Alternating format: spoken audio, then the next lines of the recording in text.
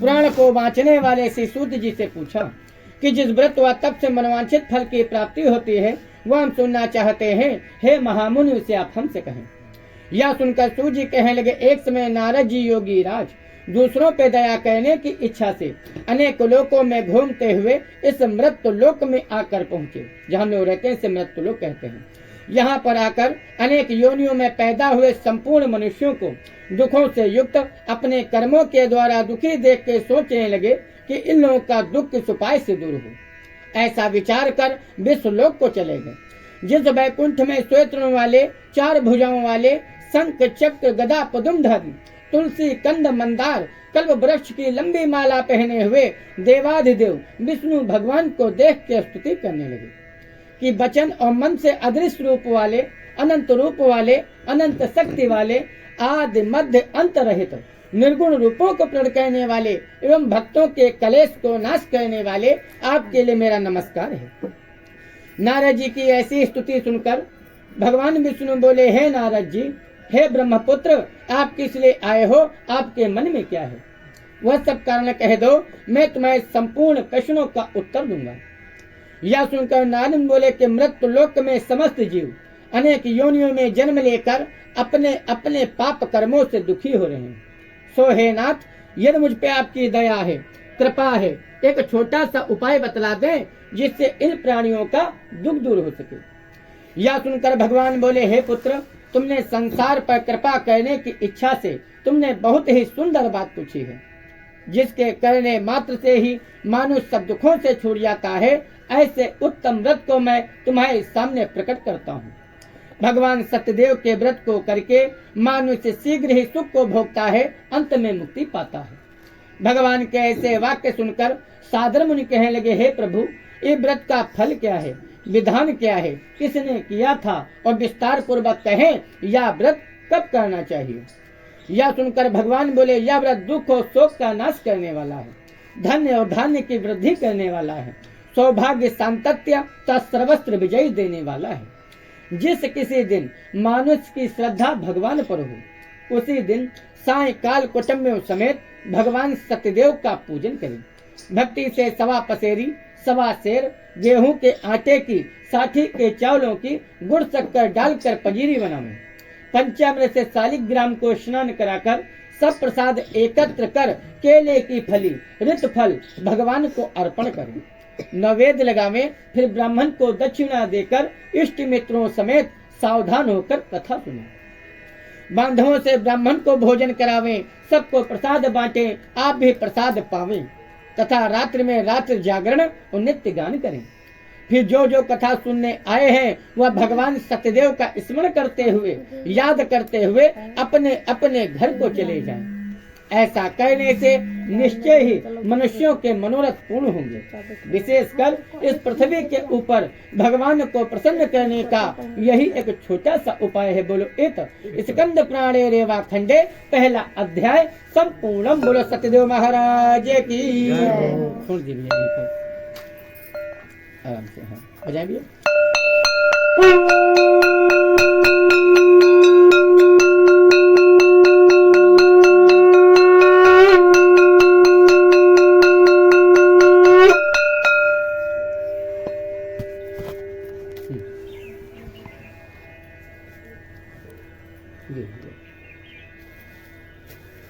ये फूल तोड़ लो, थोड़े थोड़े सबको देते रहना, थोड़े थोड़े ठीक फूल तोड़ लो, थोड़े थोड़े देते रहना, बचा लेना लास्ट में थोड़े। ओम गजाननम भूतगणाधिसेवितं कपिजम्बू फलचारुभक्षणं उमासुतं शोकविनाशकारकं नमामि विघ्नेश्वर पादपङ्कजम्। ओम गङ्गणपतये नमो विघ्नेश्वराय वरदाय सुरप्रियाय लंबोदराय सकलाय जगद्दिताय नागाननाय सत्ययज्ञ विभूषिताय गौरीसुताय गणनाथ नमो नमस्ते। बोलिए श्री सत्यदेव महाराज की। सूर्य कहने लगे, हे ऋषियों, अब आगे का वार्तान कहता हूँ, तुम लोग सुनो। पहले काशीपुर नामक एक सुंदर स्थान पर एक अति निर्धन सदानंद नाम का ब्राह्मण रहता था। वह भूख और प्यास से व्याकुल सदा इस पृथ्वी पर घूमा करता था। ब्राह्मणों से स्नेह यानी प्यार करने वाले भगवान सत्यदेव ब्राह्मण को दुखी देखकर बूढ़े ब्राह्मण का रूप धरकर आदर्श में पूछने लगे, हे ब्राह्मण देवता, अत्यंत दुखी होकर इस पृथ्वी पर क्यों घूम रहे? वह सब कारण कहो, मैं तुम्हारे संपूर्ण प्रश्नों का उत्तर दूंगा। यह सुनकर ब्राह्मण बोला, मैं बहुत ही गरीब ब्राह्मण हूँ, भीख मांगने के लिए इस पृथ्वी पर घूम रहा हूँ। हे प्रभु, यदि मेरी निर्धनता, मेरी गरीबता दूर करने का कोई उपाय जानते हो तो कृपा करके कह दें।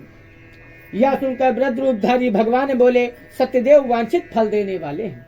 हे ब्राह्मण देवता, तुम उन्हीं की पूजा एवं उत्तम व्रत करो, जिसके करने मात्र से ही मानव सब दुखों से छूट जाता है। यत्न पूर्वक व्रत की सब विधि बतलाकर विप्रूपधारी भगवान सत्यदेव ही अंतर्ध्यान हो जाते हैं। ब्राह्मण ने सोचा कि बूढ़ा ब्राह्मण जिस व्रत को मैं बतला गया था, मैं अवश्य करूंगा। उसी चिंता में उसे रात भर नींद नहीं आई। सवेरा होते उसने संकल्प कर लिया, प्रतिज्ञा कर ली कि हे प्रभु, आज मेरे पास फूटी कौड़ी तक नहीं है, फिर भी मैं प्रतिज्ञा कर रहा हूँ और प्रण कर रहा हूँ कि भीख मांगने जा रहा हूँ, और भीख मांगने से जो भी धन मिलेगा उसी से ही आपका उत्तम व्रत करूंगा। ऐसा विचार कर भीख मांगने के लिए चल दिया। उस दिन भगवान सत्यदेव की कृपा से ब्राह्मण को बहुत सारा धन मिला। उसी द्रव्य से कुटुंबियों समेत भाइयों के साथ मिलकर पड़ोसियों को बुलवाकर भगवान सत्यदेव का विधिवत पूजन किया। पूजन के प्रभाव से इस लोक में नाना प्रकार के सुखों को भोग करता रहा। भगवान सत्यदेव के व्रत को करते करते वह श्रेष्ठ ब्राह्मण बन गया। एक दिन वही ब्राह्मण धन से, ऐश्वर्य से, साजनों और बांधवों समेत व्रत करने को तैयार हुआ। इतने में लकड़ी बेचने लकड़हारा वहां आया। लकड़ी का गट्ठर रखकर ब्राह्मण के घर गया। भूख और प्यास से व्याकुल था, परंतु ब्राह्मण को व्रत करते देख विनम्र भाव से हाथ जोड़कर प्रियवचन बोला, हे ब्राह्मण देवता, अत्यंत भक्ति पूर्वक आप यह क्या कर रहे हैं? कृपा करके मुझसे कह दे, मेरी भी सुनने की इच्छा है। तब ब्राह्मण बोला, हे भाई लकड़हारे, मैं अतुल तेज वाले विष्णु भगवान की पूजा कर रहा हूँ। ये जो धन्य धान्य सुख संपत्ति आज जो कुछ तुम देख रहे हो, सब इन्हीं की कृपा से मुझे प्राप्त हुआ है। लकड़हारा व्रत का महत्व सुनकर बहुत खुश हो गया। जल पीकर प्रसाद खाकर पे नगर के लिए चल दिया। मन में विचार कर लिया कि हे प्रभु, आज मैं भी जंगल जा रहा हूँ, लकड़ी काटूंगा, बेचूंगा, जो भी धन मिलेगा उसी से ही आपका उत्तम व्रत करूंगा। ऐसा विचार कर जंगल जाकर लकड़ी काट कर लकड़ी का गट्ठर अपने सर पर रख लिया, और जहाँ बड़े बड़े धनवान लोग रहते हैं, पैसे वाले लोग रहते हैं, वहां जाकर उसे लकड़ी के दूने दाम मिले। तब तो प्रसन्नचित पके केले की फली, घी, दूध, गेहूं, आटा, सारी चीजें इकट्ठा करके अपने घर गया। अपने भाइयों को बुलवाकर, पड़ोसियों को बुलवाकर भगवान सत्यदेव का विधिवत पूजन किया। पूजन के प्रभाव से इस लोक में नाना प्रकार के सुखों को भोग करता रहा, और भगवान सत्यदेव के व्रत को करते करते अंत समय में भगवान के वैकुंठ धाम को प्राप्त होता है। बोलो इत स्कंद प्राणे रेवा खंडे, दूसरा अध्याय संपूर्णम। बोलो सत्यदेव महाराज की। इतने 5 बार चलाने, तुम लोगों का ध्यान रखो, 5 अध्याय हुए।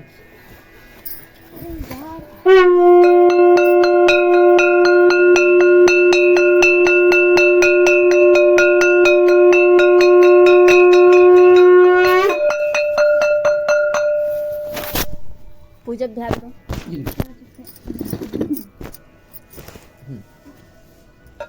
ओम समकचे गदंतस्य कपिलो गजकर्णकः लंबोदरस्य विकटो विघ्ननाशो विनायकः धर्मकेशु करुणादक्षो बालचन्द्रो गजाननः ध्वज शैतानि नमानि पठेषु विद्यारम्भे विवाहे च प्रवेशे संक्रामे संकटे चैव विघ्नतस्न जायते श्रीमन्महागणाधिपतये नमः। बोलिए श्री सत्यदेव महाराज की। सो जी कहने लगे, हे ऋषियों, आगे का वार्तान कहता हूँ, तुम लोग सुनो। पहले उल्का मुख नाम का बुद्धिमान जितेंद्रिय सत्यवादी राजा हुआ। सह देवालय ने मंदिरों में जाकर ब्राह्मणों को द्रव्य देकर संतुष्ट करता था।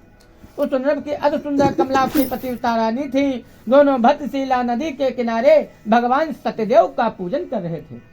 इतने में एक साधु बनिया वहां आया। वाणिज्य व्यापार से निवृत्त होकर अनेकों प्रकार की चीजें अपनी नावों में लाया था। तदंतर नाव को नदी के किनारे ठहराकर राजा के समीप गया। वैश्य राजा को व्रत करते देख विनम्र भाव से हाथ जोड़कर प्रियवचन बोला, हे राजन, अत्यंत भक्ति पूर्वक पत्नी के साथ नदी के किनारे किस महान देवता का पूजन कर रहे हैं और क्यों कर रहे हैं? कृपा करके मुझसे कह दे, मेरी भी सुनने की इच्छा है। तब राजा ने कहा, हे साधु बणिक, मैं तुल तेज वाले विष्णु भगवान की पूजा व्रत कुटुंबियों समेत पुत्रादि प्राप्त की इच्छा से करता हूँ। राजा के वाक्य सुनकर सादर वैश्य ने कहा, हे राजन, इस व्रत का हाल मुझसे बतला दो, मैं भी आपका कहना करूंगा, कारण मेरे को संतान नहीं है और व्रत के प्रभाव से निश्चय ही संतान होती है। राजा ने वैश्य को व्रत की सब महिमा बता दी। वैश्य व्यापार से निवृत्त होकर आनंद पूर्व निज घर को गया। संतान दाय व्रत का हाल अपनी स्त्री से कह दिया, जब कोई मेरे बेटी या बेटा का जन्म होगा तभी मैं भगवान सत्यदेव का पूजन करूंगा। इस श्रेष्ठ वैश्य ने व्रत की सब महिमा अपनी स्त्री को सुना दी। एक दिन धर्मपरायण की सती स्त्री पति संयोग के द्वारा भगवान सत्यदेव की कृपा से गर्भवती हुई। फिर 10वें महीने में सुंदर कन्या उत्पन्न हुई। कन्या दिनों दिन ऐसे बढ़ रही थी जैसे शुक्ल पक्ष का चंद्रमा बढ़ता है। चंद्रमासी बढ़ने के कारण उसका नाम कलावती रखा गया। तदंतर लीलावती पति से मधुर वचन बोली, हे नाथ, जिस व्रत को आप कहने का संकल्प कर चुके हैं, प्रतिज्ञा कर चुके हैं, उसे क्यों नहीं करते? अब तो कन्या का जन्म भी हो गया है। वैसे बोला, हे प्रिय, पुत्री कलावती के विवाह के समय भगवान सत्यदेव का पूजन कर लेंगे, इतनी भी जल्दी क्या है? स्त्री को समझाकर वह व्यापार करने के लिए चल दिया। तत्पश्चात कलावती पिता के घर में सयानी होने लगी। एक दिन धर्मयज्ञ वैश्य ने सखियों के साथ कलावती को देखा, विवाह का विचार कर लिया, सलाह करके दूत भेज दिया, जो पुत्री के लिए श्रेष्ठ वर ढूंढूं। दूत आज्ञा पाते ही कंचनपुर नामक नगर में गया। वहां से वैश्य के पुत्र को ले आया। सुंदर और गुणी वैश्य के पुत्र को देखकर अपनी जात कुटुंब समेत वैदिक विधान के साथ कन्यादान कर दिया। परंतु कन्या के विवाह के समय भी महामूर्ख भगवान सत्यदेव का उत्तम व्रत करना भूल गया, जिससे सत्यदेव स्वामी रुष्ट हो जाते हैं, नाराज हो जाते हैं। कुछ दिन बीते, अपने दामाद के साथ वाणिज्य व्यापार के लिए चल दिया। समुद्र के किनारे रत्नसार में जाकर श्रीमान दामाद के साथ व्यापार करने लगा। जब दोनों राजा चंद्रकेत के नगर में पहुंचे, सत्यदेव स्वामी ने वैश्य को जूठा देख के श्राप दे दिया, जा तुझे महान दारुण दुख मिलेगा। एक राजा चंद्रकेत के नगर में चोरी होती है। राजा के धन को चोर लेकर उसी जगह पहुंच जाते हैं जहां दोनों ससुर दामाद ठहरे थे। पीछे से राजदूतों को आते देख मारे डर के, मारे भय के धन को उनकी नावों में छोड़ दिया और झट से अदृश्य निकल गायब हो जाते हैं। राजन के पास सज्जन दूत आते हैं। राजा के द्रव्य को देखकर दोनों वैश्यों को बांध कर ले आते, हे प्रभु, 2 चोर पकड़ कर लाए हैं, आज्ञा दीजिए। राजा की आज्ञा पाते ही झट दोनों ससुर दामादों को खूब कसकर बांधकर बिना विचारे जेल खाने में डाल दिया। सत्यदेव की माया से किसी ने उनकी बात न मानी। राजा ने उनका सारा धन ले लिया। भगवान सत्यदेव के श्राप के कारण वैश्य के घर में भी स्त्री दुखी हुई। जो कोई घरमा द्रव्य था सब चोर चुराए ले गए। आद व्याध मानसिक शारीरिक कलेशों से युक्त, भूख और प्यास से विकल, अन्न की चिंता में घर घर भीख मांगने लगे। एक दिन कलावती भूख और प्यास से व्याकुल थी। ब्राह्मण के घर जाकर भगवान सत्यदेव का उत्तम व्रत देखा। रात को अपने घर गई, तब कलावती से लीलावती प्रेम से पूछने लगी, हे पुत्री, इतनी रात तक तू कहाँ थी और तेरे मन में क्या है? तब कलावती शीघ्र अपनी माता से बोली, हे माता, मैंने सदानंद ब्राह्मण के यहाँ सर्व मनोरथ पूर्ण करने वाला भगवान सत्यदेव का उत्तम व्रत देखा है। कन्या के ऐसे वचन सुनकर लीलावती बहुत खुश हो गई। भगवान सत्यदेव का पूजन करने को तैयार हो गई। फिर पतिव्रता लीलावती ने बांधवों समेत भाइयों के साथ मिलकर भगवान सत्यदेव का विधिवत पूजन किया। वरदान मांग लिया कि हे प्रभु, हमारे पति और दामाद का अपराध क्षमा करो, वे शीघ्र अपने घर को आ जावें। भगवान सत्यदेव प्रसन्न हो जाते हैं। राजा चंद्रकेत को स्वप्न दे दिया, हे राजन, कारागार में 2 वैश्य हैं जिनको तुमने निरपराध कारागार में बंद कर रखा है। उनको प्रातः काल होते ही उनको बंधन मुक्त कर देना। यदि ऐसा नहीं करोगे, तुम्हारा राज पाठ धन पुत्र सब कुछ नाश कर देंगे। ऐसा कहकर सत्यदेव स्वामी अंतर ध्यान हो जाते हैं। सवेरा होते ही साजनों समेत सभागार में बैठकर अपना सपन बता दिया। आज्ञा दे दी, जाओ जेल में पड़े दोनों वैश्यों को बंधन मुक्त कर दो। राजा के वाक्य सुनकर दोनों वैश्यों को जेल से निकालकर राजा के सामने खड़ा किया गया। लीजिए, दोनों वैश्यों ने राजा चंद्रकेत को नमस्कार किया। पहले चैत्र को याद करके भय से बेहाल होकर कुछ न बोले। राजा उन दोनों को देखकर भाग्यवश तुम्हें महादुख मिला है, अब तुम्हें कोई डर नहीं। उनकी बेड़ियां कटवाकर उनकी हजामत बनवाई, भूख को आभूषण देकर उनके संतुष्ट किया। जितना धन पहले ले लिया था उससे दूना धन देकर उनको विदा किया कि जाओ महाजनों, तुम अपने अपने घर को जाओ। राजा को प्रणाम के दोनों वैसे बोले, हे प्रभु, हम आपकी कृपा से अपने अपने घर को चले जाएंगे। ऐसा कहकर दोनों ससुर दामाद अपने देश के लिए चल दिए। बोलो इत स्कंद प्राणे रेवा खंडे 3रा अध्याय संपूर्णम। बोलो सत्यदेव महाराज की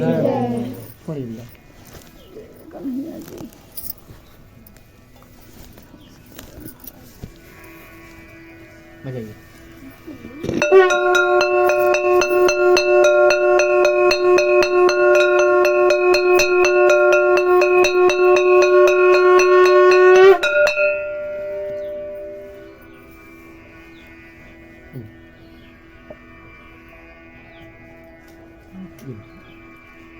ओम नीलम भुज श्यामल कोमलांगम सीता समारोपित वाम भागम पाणो महासायक चारु चापम नमामि रामं रघुवंशनाथं मम तत्पुरुषाय विद्महे नारायण धीमहि तन्नो विष्णु प्रचोदयात्। ओम नमो भगवते वासुदेवाय नमो नमः।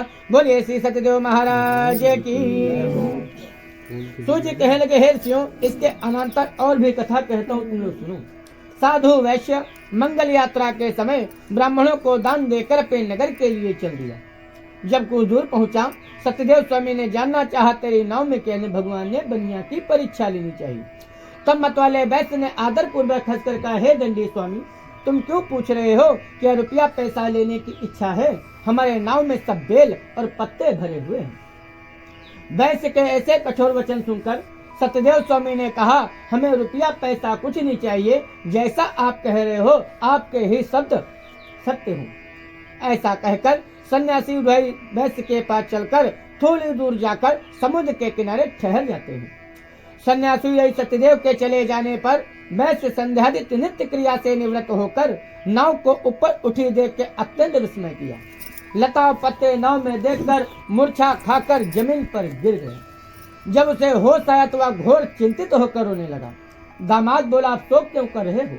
आपको दंडी स्वामी का श्राप लगा है, उनसे झूठ वचन बोले हैं, वही सब कुछ करने में सामर्थ्य है, इससे उन्हीं की शरण में चले तो हमारा मनोरथ पूर्ण होगा। दामाद के ऐसे वचन सुनकर वैश्य दंडी भगवान के पास गया। उन्हें देख के भक्ति से प्रणाम पूर्वक कहने लगा, आपके समक्ष मैंने जो अपराध किया है, जो झूठ वचन बोले हैं, उसके लिए मैं क्षमा प्रार्थी हूँ। ऐसा कहकर बारंबार प्रणाम की केवल दुखी हुआ। उसे रोते देख सन्यासी ने कहा, वैश्य तुरो मत, तुम मेरी ही पूजा से बहिर्मुख हुआ है, तुझे मेरी ही आज्ञा से बारंबार दुख मिला है। भगवान के ऐसे वाक्य सुनकर वैश्य स्तुति करने लगा कि हे प्रभु, ब्रह्मादि सब देवता आपकी माया से मोहित हैं। आश्चर्य है कि आपके गुणों और रूपों को नहीं जानते हैं। तब मैं आपकी माया से मोहित आपको कैसे पहचानूंगा? प्रसन्न हो जाइए, धन से ऐश्वर्य से आपकी पूजा करूंगा। पहले मेरी नाव में जितना धन था वह सब पूर्ण कर दो, शरणागत की रक्षा कर दो। ऐसे भक्त वत्सल वचन सुनकर भगवान सत्यदेव प्रसन्न हो जाते हैं। बोला, सत्यदेव की कृपा से मेरा मनोरथ सिद्ध हो गया है। 7 जनों समेत विधि पूर्वक पूजा करके वांछित वरदान देकर चले गए। वैश्य नाव पर बैठकर अपना धन देकर संतुष्ट हो गया। यत्र नावों को युक्त अपने देश के लिए चल दिया।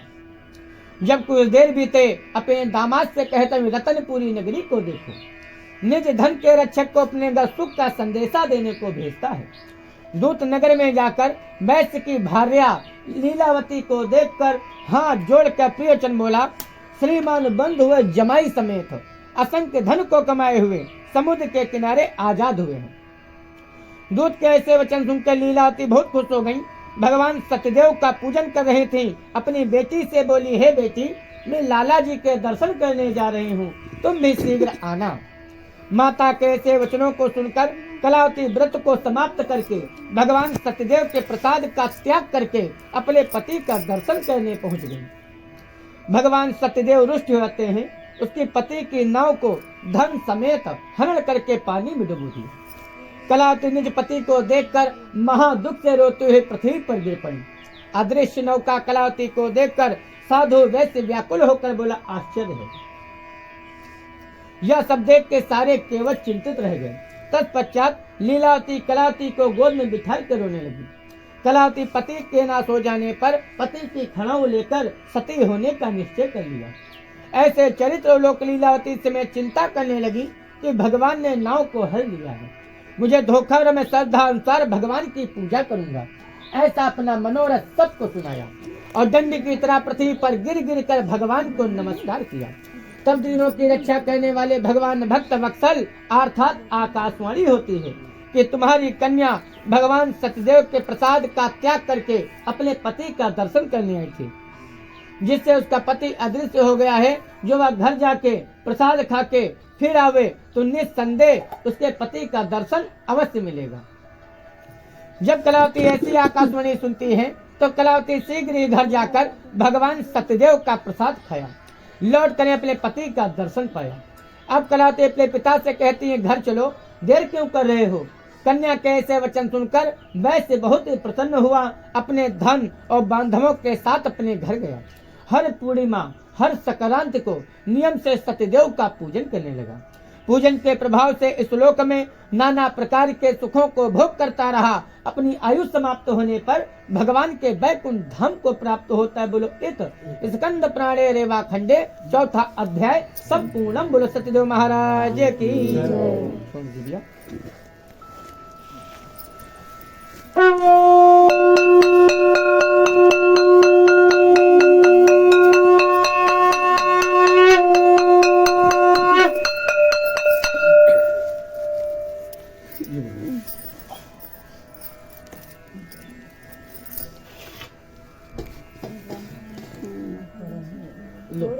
दो मिला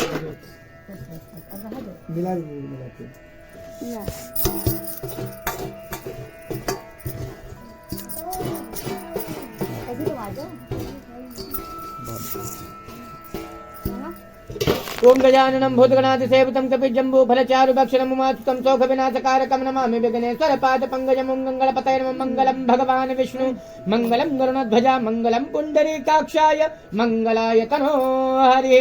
बोलिए श्री सत्यदेव महाराज की। सूर्य कहने लगे, हे ऋषियों, आगे का वार्तान कहता हूँ, तुम लोग सुनो। पहले तुंगध्वज नाम का एक राजा हुआ। उसने भगवान सत्यदेव के प्रसाद का त्याग करके ही तो पाया। एक दिन जंगल में जाकर अनेकों प्रकार के पशुओं को मारकर बरगद वृक्ष की छाया में बैठ गया। संतुष्ट भक्ति पूर्वक अही लोग ग्वाल बाल लोग भगवान सत्यदेव का पूजन कर रहे थे। राजा मारे गर्व के मारे अहंकार के ना तो वहां गया ना ही भगवान को नमस्कार किया। फिर कथा समाप्त होने पर अहिर ग्वाल बाल लोग भगवान सत्यदेव के प्रसाद को लेकर राजा के पास जाते हैं। वहां रखकर स्वयं खाने लगते हैं। राजा प्रसाद का अनादर करके प्रसाद का त्याग करके अपने राजमहल को पहुंचते हैं, जहां उन्हें महा दुख प्राप्त होता है। राजा के 100 पुत्र थे, मर गए। जो कुछ धन धान था सब नाश हो गया। राजा को निश्चय हुआ यह भगवान सत्यदेव के प्रसाद का त्याग का ही फल है। इससे वहीं चलना ठीक होगा जहाँ भगवान सत्यदेव का पूजन हो रहा था। ऐसा मन में निश्चय कर अहिर मंडली में जाकर भगवान सत्यदेव का विधिवत पूजन। पूजन के प्रभाव से राजा के 100 पुत्र मर गए थे, जीव थे। जो कुछ धन धान नष्ट हो गया था सब प्राप्त हो गया और इस लोक में सुख भोग कर अंत में वैकुंठ धाम को चला गया। जो कोई परम दुर्लभ सत्यदेव का व्रत करता है, भक्ति से देने वाली वंशित कथा को सुनता है, उसको सत्यदेव के अनुग्रह से धन्य धान्य प्राप्त होता है। दायित्वों को धन मिलता है, बंधन वाले का बंधन छूट जाता है, डरपोक का डर छूट जाता है। यह सब सत्य है, इसमें संशय नहीं। वृत्ति और सोता इस लोक में सुख भोग कर अंत में वैकुंठ धाम को चले जाते हैं। हमने तुमसे सत्यदेव का व्रत कहा है, जिसके सुनने मात्र से ही मानुष सब दुखों से छूट जाता है। इस कलिकाल में सत्यदेव की पूजा विशेष फल देने वाली है। कोई पुरुष, कोई काल, कोई ईश, कोई सत्यनारायण, कोई सत्यदेव, इस तरह अनेक रूप धरकर प्रभु सबकी इच्छा पूरी करेंगे। कलिकाल में सबके मनोरथ पूर्ण करने वाला सत्य भगवान रूपी सनातन विष्णु भगवान का अवतार होंगे। श्री सत्यदेव स्वामी का व्रत जिन्होंने पहले किया था, उनके दूसरे जन्म का हाल बताता हूँ। सदा मतिमान ब्राह्मण जो पहले अध्याय में निकले थे, वह अगले जन्म में सुदामा ब्राह्मण होते हैं। भगवान श्री कृष्ण जी की भक्ति करके अंत समय में भगवान के वैकुंठ धाम को प्राप्त होते हैं। लकड़ी बेचा लकड़हारा जो दूसरे अध्याय में निकला था वह अगले जन्म में निषादों का राजा होता है। भगवान श्री रामचंद्र जी के चरण कमल को धोकर उनकी चरण रज लेकर अंत समय में भगवान के वैकुंठ धाम को प्राप्त होता है। उल्का मुखो नाम का राजा जो तीसरे अध्याय में निकला था वह अगले जन्म में राजा दशरथ होते हैं। श्री रंगनाथ जी का पूजन करके अंत समय में भगवान के वैकुंठ धाम को प्राप्त होते हैं। कंजूस बनिया जो चौथे अध्याय में निकला था वह अगले जन्म में राजा मोर ध्वज होते हैं। रानी समेत पुत्र को आरा से चीर कर भवन रूपी भगवान श्री कृष्ण को अर्पण कर देते हैं। जब तक जीते हैं भगवान की भक्ति करते हैं, अंत समय में भगवान के वैकुंठ धाम को प्राप्त होते हैं। तुंग ध्वजो नाम का राजा जो 5वें अध्याय में निकला था वह अगले जन्म में स्वयंभू मनु होते हैं। सबको भगवत भक्त बनाकर अंत समय में भगवान के वैकुंठ धाम को प्राप्त होते हैं। बोलो स्कंद प्राणे रेवा खंडे 5वां अध्याय समाप्त है। बोलो सत्यदेव महाराज की। छोड़ दीजिए।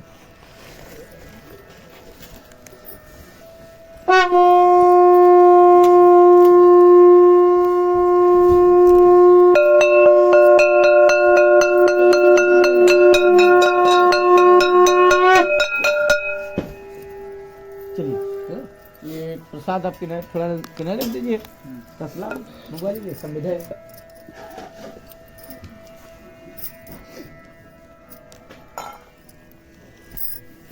तसला उठा लीजिए।